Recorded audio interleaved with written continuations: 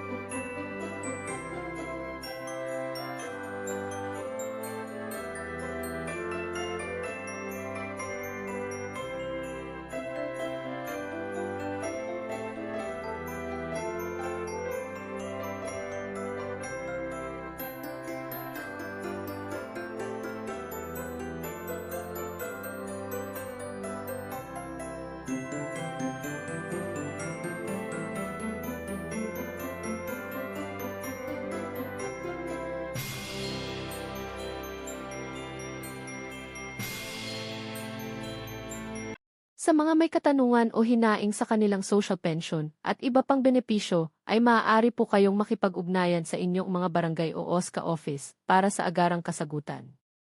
Sa ngayon ay ito pa lamang ang mga naglabas ng kanilang payout schedule as of this date. That's it. Sa mga wala pa ring payout ay manatili lamang po kayong nakatutok sa aking channel para sa mga upcoming payout updates at iba pang informative videos na para po sa inyo. Marami pong salamat and God bless po sa lahat.